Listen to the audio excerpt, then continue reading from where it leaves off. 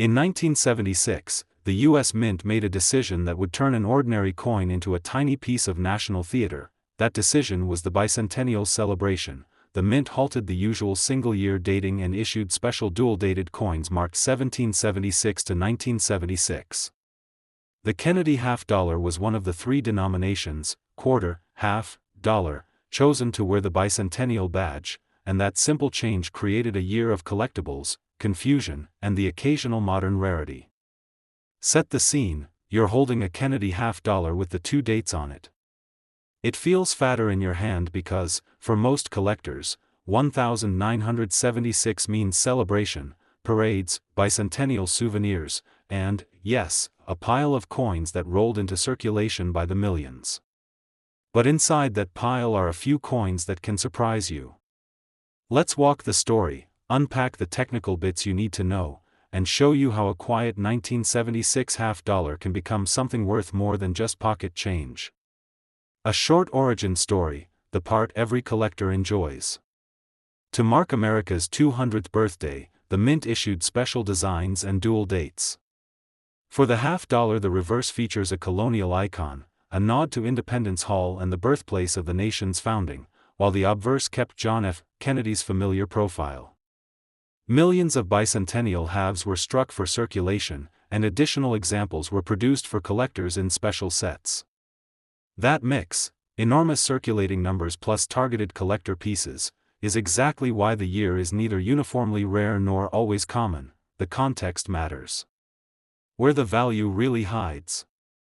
Silver collector issues. While most bicentennial halves you'll find in a pocket are the standard copper-nickel clad circulation strikes, the Mint also sold special collector pieces in silver. Those silver examples were produced for sets and often kept in packaging.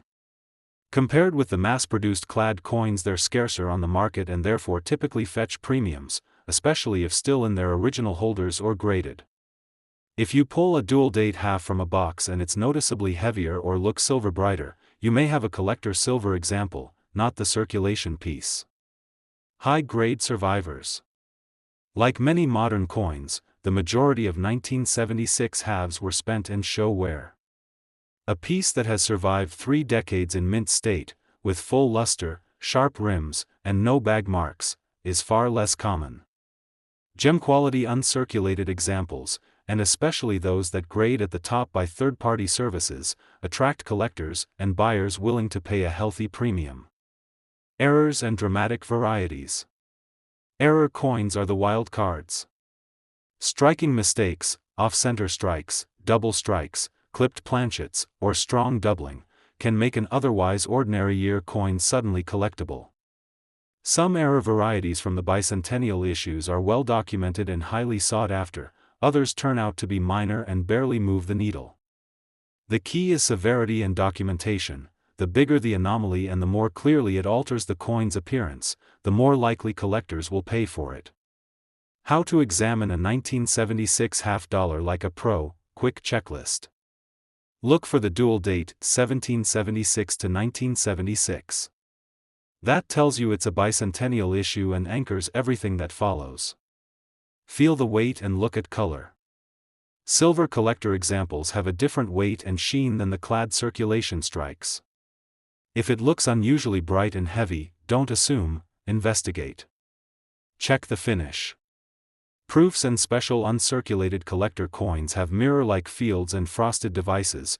They look different from the satiny finish of circulation strikes. Scan for errors.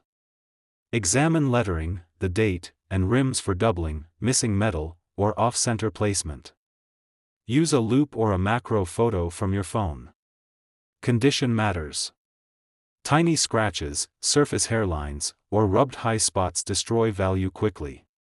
If it looks pristine, it's worth protecting and possibly grading. Realistic price signals, what you can expect. Most circulated 1976 Kennedy halves, even those with the dual date, are commonly worth face value or only modestly more when in VG, XF grades. Uncirculated, gem pieces step into modest premiums. Collector silver bicentennial halves and high-grade certified examples can command noticeably more, sometimes several times the price of a common clad example, especially when they come in original packaging or have a top grade from a major grading service. Dramatic certified errors, depending on rarity and demand, can reach the highest values. Bottom line, the average coin is ordinary, but good condition, silver composition, and documented errors are the routes to real value.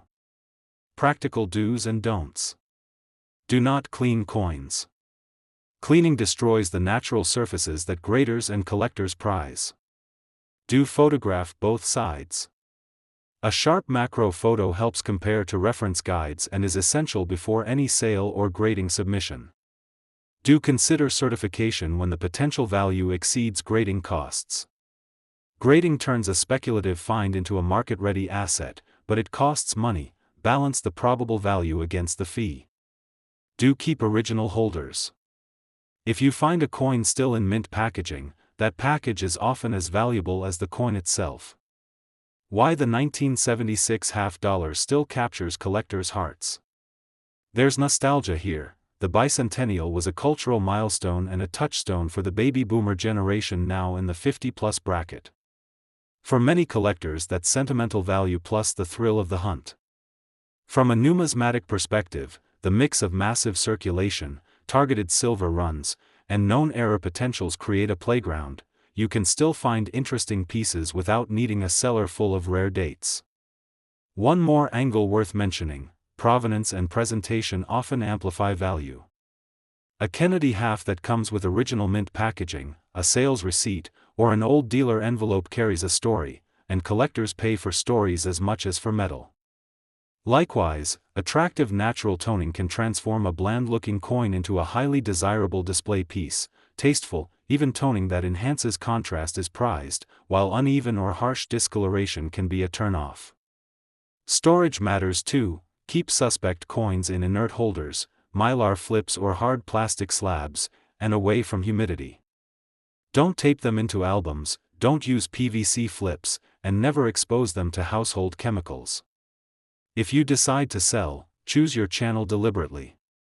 Local coin shops offer speed and convenience but lower sale prices.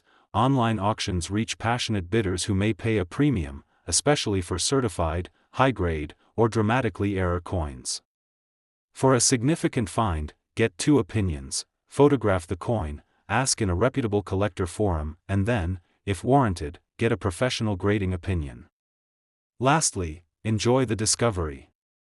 Part of the thrill is the hunt, and whether your 1976 half nets a tidy profit or just a great story, it ties you directly to a memorable moment in American history.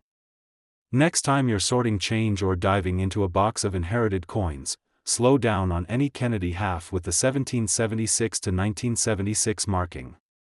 Check finish, weight, and condition. Photograph it.